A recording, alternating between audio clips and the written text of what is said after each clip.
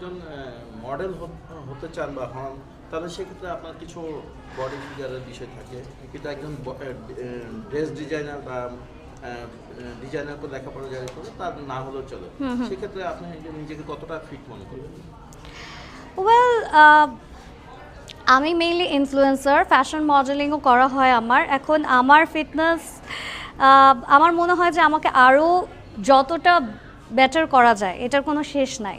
আমি এখন যা আছি আমি যেন আরও নিজেকে বেটার করতে পারি, ইন্টারন্যাশনাল পর্যায়ে যেন যেতে পারি। সবার একটা জায়গায় এসে থেমে যাবো আই লুক ফিট, আমার এখন এইভাবেই থাকা উচিত, এই জায়গাটা আসলে থামা উচিত না।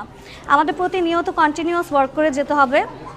নিজেকে বেটারভাবে আমরা কীভাবে প্রতিষ্ঠিত করব বা ফিটনেস মেনটেন করব সেটাও করতে হবে, বিকজ আমাদের যে লাখ লাখ ফলোয়ার্স আছে তারা আমাদেরকে দেখেই ফলো করে। সো ওদের জন্য হলে পরে আমরা যদি আমাদের নিজেদেরকে ছেড়ে দিই তাহলে মনে করেন যে ওরাও ওইভাবে করেই ছেড়ে দিবে। সো আমরা আমাদেরকে পাবলিক ফিগার যারা আছি, যাদেরকে আইডল হিসেবে দেখা হয়, আমাদের মেনটেন্যান্সটা খুব বেশি ইম্পর্ট্যান্ট। নিজেকে যখন মডেল ভাবেন সেই ক্ষেত্রে কাকে আইডল হিসেবে ভাবেন সেটা যদি একটু বলেন।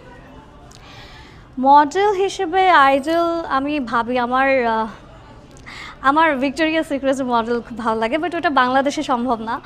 অ্যান্ড আমি ফলো করি অ্যাকচুয়ালি, মানে পার্টিকুলার কাউকে বলতে পারবো না যে একেই আমার পছন্দ। আমার জিজি হাদিদকে অনেক পছন্দ, কাইলি কেন্ডার জেনারকে পছন্দ, এরকম অনেক আছে আসলে ফেসেস, বাট হঠাৎ করে নামও মনে আসে না।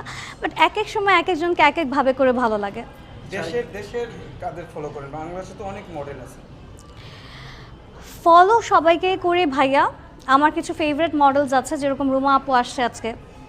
ছোটোবেলা থেকে রুমা আপুকে দেখে আমি মানে বড় হয়েছি বলতে, আমি যখন ফার্স্ট রুমা আপুর একটা সাইনবোর্ড দেখেছিলাম, বিলবোর্ড দেখেছিলাম, আমি তাকে দেখে খুব অবাক হয়েছিলাম যে ওয়াও, বাংলাদেশে এত সুন্দর একটা মডেল আছে, ইন্টারন্যাশনাল একটা ফেস রাখে, কোয়ালিটি। সো ওই শুরুটা যেটা রুমা আপুকে দিয়েছিল, ওই জিনিসটা এখনও চোখে ভাসে। সো আপুর একটুখানি এখন অনেক দিন হয়ে গিয়েছে, ওই হয়তো ফিটনেসটা এখনও ধরে রাখতে পারেনি, but she is still one of my favourites.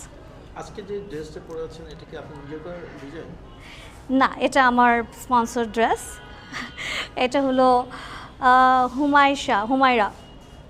Humaira থেকে, কি যেন, মাই ডিজায়ার ফ্রম হুমায়রা। আর এটা হলো স্টেজ বিডি থেকে আমার ব্যাগটা।